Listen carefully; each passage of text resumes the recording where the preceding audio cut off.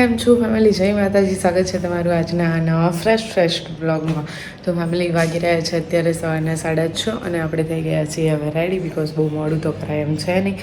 અને સવારમાં આજે તો છે ને બન્યું મારી સાથે એવું કે હું છે ને હજુ તો જસ્ટ જાગી એટલે મેં રાત્રે બ્લોગ અપલોડ કરવા મૂકેલો હતો. તો જોયું ને સવારે તો લેપટોપ બંધ. મેં કીધી હા શું થયું ખબર જ ના પડી. ઘડીક તો ચાલુ કરવાની ટ્રાય કરી પણ ચાલુ જ ના થયું. એટલે પછી મને વિચાર આવ્યો કે કદાચ આઈ થિંક બેટરી ડાઉન થઈ ગઈ હશે આપણી લેપટોપની. તો ફટાફટ જાગતા હવે બીજું બધું કામ સાઈડ પર, બોલો બ્રશ બી નહોતું કર્યું મેં, અને પહેલાં એને લગાવી દીધું ચાર્જમાં અહીંયા જો, અને પછી ચાલુ કરી દીધું. ઓકે ચલો 4K કમ્પ્લીટ થઈ ગયું છે એટલે હવે વાંધો નહીં, હવે મને શાંતિ. તો મને બીક એ હતી કે છે ને જો અત્યારમાં અપલોડ નહીં થયો હોય ને આખી રાત્રે ક્યારે લેપટોપ બંધ થયું મને કંઈ ખ્યાલ નથી. એટલે મેં કીધું નહીં થયો હોય ને તો સવારમાં બ્લોગ છે તમને મળશે નહીં, અને હવે લેટ બ્લોગ મળે ને તો મને નથી ગમતું.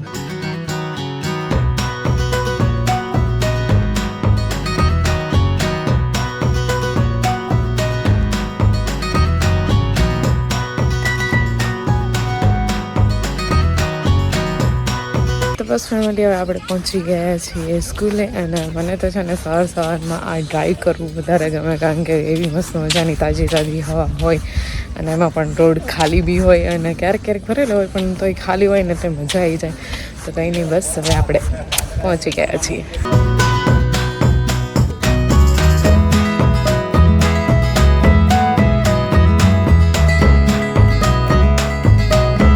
ફેમિલી આજે તો આપણે છે ને આમ ઉડીને આયા છીએ ઘરે. મમ્મી કે 15 મિનિટમાં આયા. પાછા મને એમની સવારે હું જોઉં ને એટલે એમ કે ધીમે ધીમે જજે. તમે કીધું 15 મિનિટમાં આવા, એટલે રસ્તો એવો સરસ મજાનો એટલે હું ઉડી ન જાય ડાયરેક્ટ પ્લેનમાં. આપણે ખબર છે તું ઉડીને આવસ પણ હા કઈ નહીં, હવે જાઓ. પણ મને એમ તો કહો આપણું એરોપ્લેન કેવું છે? સરસ હોય ને, રૂપિયા નાખીને લાધો મફત લાયા છે. હા તાર ભાઈ પહેલાથી આવ્યું હતું એરોપ્લેન કે પછી બદરખાથી આવ્યું હતું? બોલો ક્યાંથી આવ્યું હતું એરોપ્લેન? એરપ્લેન તો બોલે આવે ને. પણ ક્યાંનું હતું એમ? અમદાવાદનું. ક્યાંથી? અમદાવાદનું છે. પાર્સિંગ અમદાવાદનું છે એવું છે એમ ને. હવે જો મને વહેલા ઘરે બોલાવી છે, અને વહેલા ઘરે હું આવી તો ગઈ, પહોંચી ગઈ, પણ હજુ સુધી એમને ઠેકાણા નહીં. બોલો એવું થયું.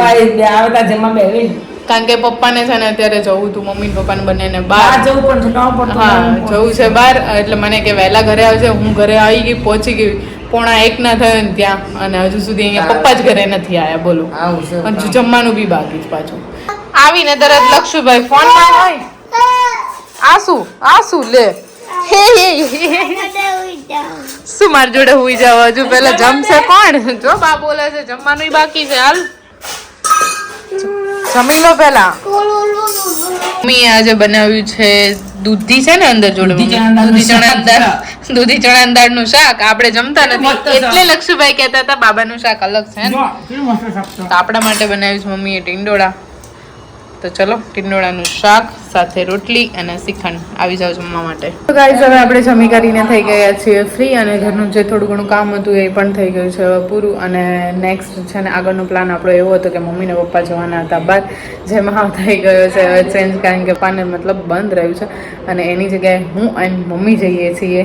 હવે જવાનું ક્યાં છે એ તમે બ્લોગમાં આમ બન્યા રહેજો એટલે તમને ખ્યાલ આપોઆપ આવી જશે. તો ફેમિલી અમે લોકો નીકળી ગયા છીએ, અને બરોબર અમને વચ્ચોવચ્ચ છે ને વરસાદ એવો જોરદારનો નડે છે ને. હવે જો અત્યારે થોડો થઈ ગયો છે ઓછો, જો કે પલ્લી પણ ગયા જ છીએ આપણે.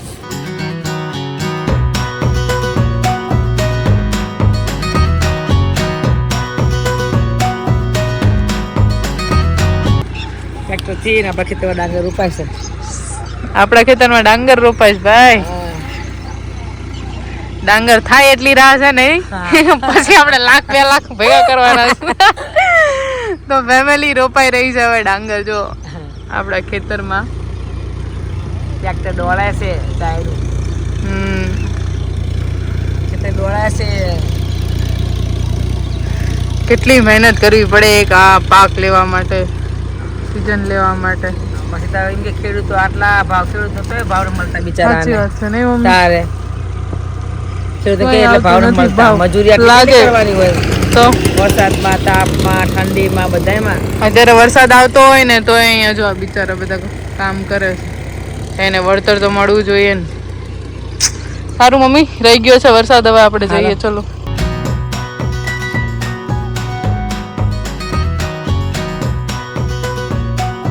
તો ફેમિલી આપણે આવી ગયા છીએ આપણા ઘરે. ભાઈલા ઘર એક ઘર નથી કહેતા, મજા આવી જાય.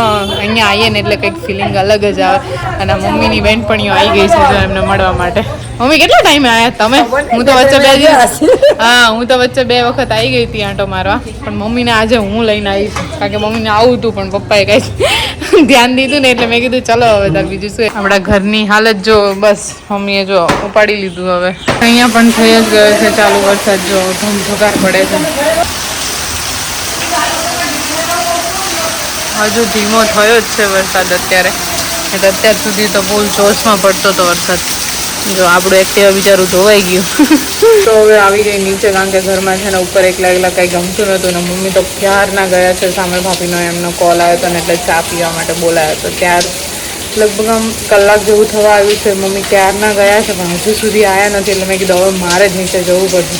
તો જો આવી ગઈ છું નીચે, પણ હવે વિચાર આવે છે કે બહાર જવું કે નહીં, કારણ કે જો બહાર જઈશ ને એટલે પલ્લી જઈશ. એ તું આવું તારે લક્ષુ જોડે જવું છે? નથી આવું? બોલ તો ખરા, હા કે ના તો બોલ. નથી બોલતો ભાઈ, કઈ નથી બોલતો. શર્માઈશ વધારે અમાર ભાઈ નહીં.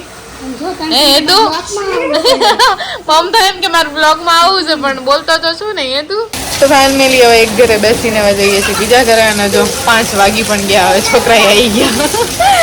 તો ચલો, બંધ રહેવાનું છે ને નામ નહીં લેતો. પપ્પાનો ફોન આવી ગયો કે વહેલા ઘરે આવતા રહેજો. મમ્મી આવ્યા છે હવે ગીતાબાઈને મળવા માટે, કારણ કે ગીતાબા 4 ધામની યાત્રા કરીને છો હમણાં જ આવ્યા છે.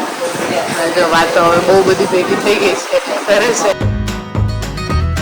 હા, અમારા માટે સોડા આવી, પણ મને છે ને ભાવતી નથી. હવે લઈને આવીશું એટલે પરાણે લેવી જ પડશે. ઉભી રે. અરે બસ લો, બહુ થઈ ગઈ એટલી સોડા.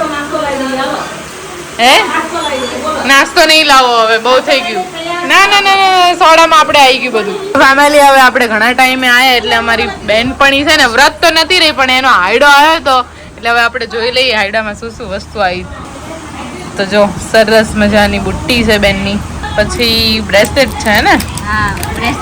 જો ફેમિલી મને જૂની બહુ ગમી હો, મસ્ત ઘાટ સરસ છે. મમ્મી પાછા નિરીક્ષણ કરીને જોવે તો આપણે તો ઉપર ચાલુ જ જોતા હોય. સરસ છે. શું સાયું છો આનીબા? બહુ સારું આવ્યું છે.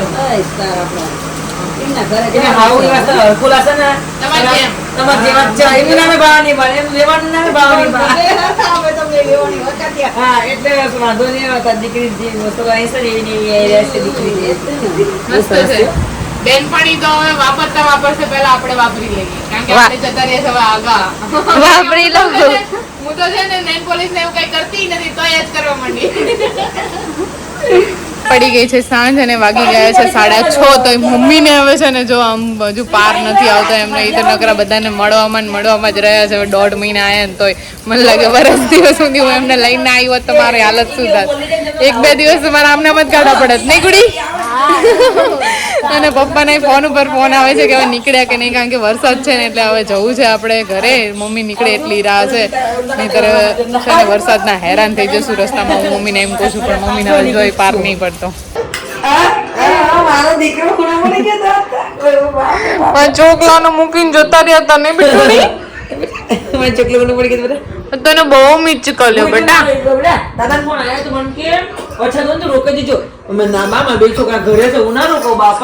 આપણે આવી ગયા છીએ ઘરે, અને આજે તો આખો દિવસ છે ને વરસાદ એટલા હેરાન કરે છે ને કે વાત જ ના પૂછો. અને એમાંય આપણે ગયા ભાઈલા, બાપરે ત્યાં પણ એટલો વરસાદ હતો, અહીંયા પણ એટલો વરસાદ, અને એમાંય રસ્તામાં પણ આપણને વરસાદ નડ્યો છે. હવે છે ને આજ તો વરસાદથી હેરાન થઈ ગયા છે. હવે કંઈ નહીં પણ શું ચાલ્યા કરે એવું છે, સિઝન જ વરસાદની છે એટલે. તો બસ બ્લોગને પણ આપણે અહીંયા જ પૂરો કરીએ છીએ. બ્લોગ ગમે હોય તો લાઇક, શેર અને કમેન્ટ જરૂરથી કરજો. ચેનલ પર નવા છો તો સબસ્ક્રાઈબ કરતા જજો. મળીશું હવે આવતીકાલે ફરી એક નવા બ્લોગ સાથે. ત્યાં સુધી જય માતાજી.